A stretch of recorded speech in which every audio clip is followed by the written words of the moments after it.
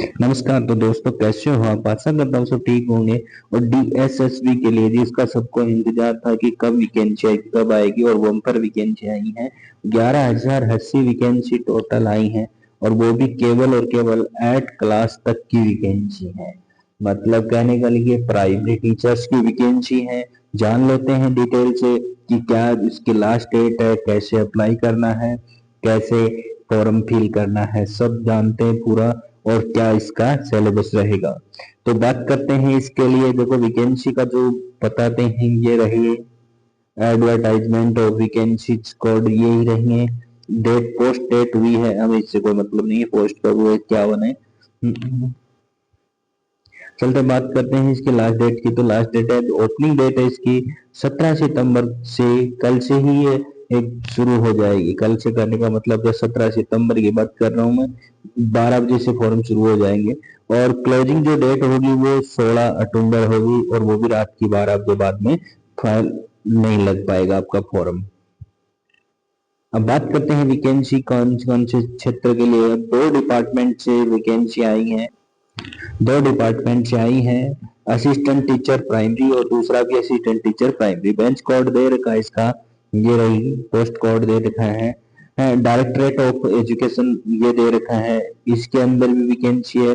New Delhi और Manipal counselling इसके अंदर भी है। अवेलेबल मतलब टोटल वैकेंसी है, देखो इसके अंदर तो 434 वैकेंसी है जनरल की, डायरेक्टर ऑफ एजुकेशन में, और मणिपाल में 68 है। टोटल 502 वैकेंसी है जनरल की। तो और ओबीसी की कितनी है?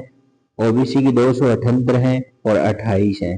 टोटल 306 वैकेंसी है। एससी की 153 है, 13 है और 166 है। एसटी की 62 है, 7 है और 69 है, 69 है।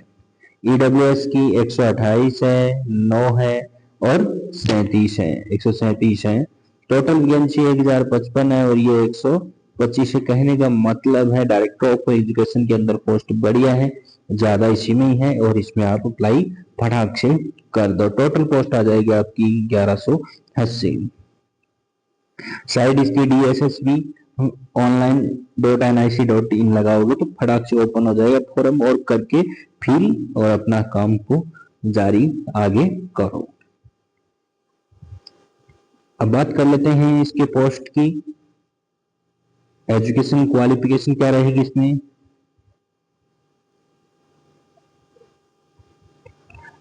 ये तो है डायरेक्टर ऑफ एजुकेशन डिपार्टमेंट के अंदर। एजुकेशन क्वालिफिकेशन क्या रहेगी इसके अंदर?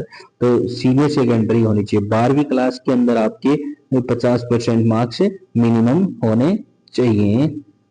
और एलिमेंट्री एजुकेशन डिप्लोमा, 2 साल का डिप्लोमा होना चाहिए आपके पास।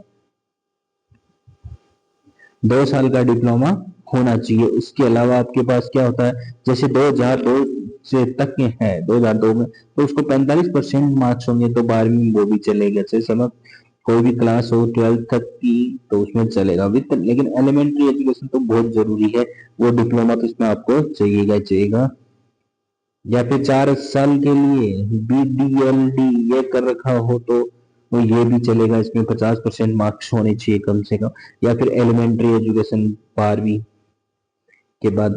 एक चीज और यहाँ पे, यहाँ ये भी ध्यान में रखना, सीटी सीटेट होती है, ये आपकी पास होनी चाहिए। सीटेट अगर क्लियर नहीं होगी तो आप ये फॉर्म फिल नहीं कर पाओगे। सबसे बड़ी बात ये सीटी आपकी होनी चाहिए। Must be pass Hindi, Urdu, Punjabi और English as subject of secondary level. इनमें पास होना भी बहुत जरूरी है आपका, तीनों चारों सब्जेक्ट के अंदर।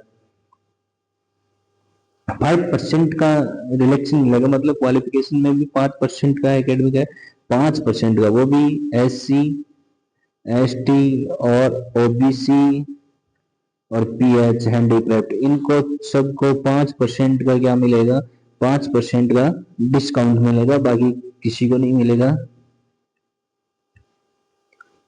इनके लिए 5% का बोनस मिल सकता है, अदरवाइज किसी को कोई छूट नहीं मिलेगी। अब बात कर लेते हैं आगे इसका थोड़ा सा ब्यौरा और देखते हैं। ये नीचे नेक्स्ट में वो भी दे रखी है आपकी, इसके अंदर देख लो क्या है। मणिपाल डिपार्टमेंट के अंदर एजुकेशन क्वालिफिकेशन 12th में 50% मार्क्स वही सेम ही है, 50% मार्क्स होने चाहिए। SC ST के लिए 5% का छूट है इसमें। 2 ईयर डिप्लोमा वही प्राइमरी एजुकेशन होना चाहिए जिसमें JBT हो सकता है, डाइट हो सकती है, PT हो सकती है, कोई भी एनी कुछ भी हो। Must have passed in Hindi as subject in 10th, Hindi pass होनी चाहिए 10वीं क्लास हिंदी से, कहने का ये मीन है। CT इसमें भी CTET क्लियर होना चाहिए, NCT पर्पज है। और कंप्यूटर नॉलेज भी होना चाहिए, विद आपको साथ में क्या होना चाहिए, कंप्यूटर नॉलेज भी होना चाहिए। और जो एज रहेगी इसमें, एज लिमिट कितनी रहेगी, मेन मुद्दा वही है। तो एज लिमिट आपकी 30 ईयर रहेगी, 30 ईयर्स। कैटेगरी वाइज इसमें छूट मिलती है आपको, एज पर छूट मिलती है। तो चलो बात कर लेते हैं किसको कितनी छूट मिलेगी, चलो सबकी बात करते हैं। डिसेबिलिटी विकलांगता कितनी होगी क्या नहीं होगी वो सब बता देंगे आपको। और इसमें एक चीज और ध्यान रखना कि एलिजिबिलिटी क्राइटेरिया क्या होता है इसका, इंडिया का होना चाहिए, सबसे बड़ी बात तो यही है। नागरिक कहाँ का होना चाहिए, इंडिया का, बाहर का यहाँ पे लागू नहीं है। Education qualification experience as per rules candidate recruitment, जो रिक्रूटमेंट के अंदर दे रखा है उसके अकॉर्डिंग आपके पास में जो भी क्वालिफिकेशन सब मांग रखी है वो पूरा होना चाहिए। और अगर आपको एज एक्सपीरियंस सॉरी एज में रिलेशन चाहिए तो वो भी डॉक्यूमेंट आपको चाहिएगा, अदरवाइज वो डॉक्यूमेंट नहीं लगाओगे तो आपको एज में छूट नहीं मिलेगी। और टोटल इसकी फीस कितनी पे करनी पड़ेगी आपको, फीस होगी केवल और केवल 100 रुपीज होगी, मात्र है 100 रुपीज होगी, इसके अलावा कोई चार्ज इसमें पे नहीं है। और वो भी SBI के ई पे से कर सकते हो, SBI ई पे कर सकते हो। अब इसमें बात रही पेपर की कर लेते हैं। एग्जामिनेशन शेड्यूल क्या रहेगा आपका, टोटल मार्क्स होंगे 200, ठीक है, 2 घंटे का पेपर होगा। वाह, डिस्क्रिप्शन मार्क्स नहीं होंगे, टोटल टेक्निकल टीचिंग। और इसमें आएगा सब्जेक्ट क्या क्या आएगा वो देख लेना एक बार। सब्जेक्ट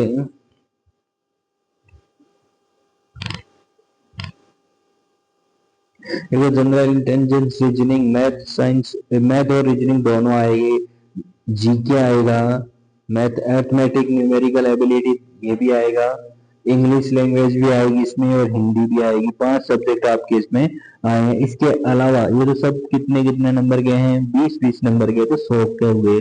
दूसरा पेडालॉजी इसमें आएगी, मेथड टीचिंग मेथड है वो इसके अंदर आएंगे, टीचिंग मेथड 100 नंबर का आएगा, टीचिंग मेथड है वो केवल और केवल कितने नंबर के आएंगे, 100 नंबर के टीचिंग मेथड आएगा। की रिलेशन देखो, एज में कितनी छूट मिलेगी, रिलैक्सेशन कितना मिलेगा आपको, SC ST को 5 साल का मिलेगा, OBC को 3 साल का मिलेगा,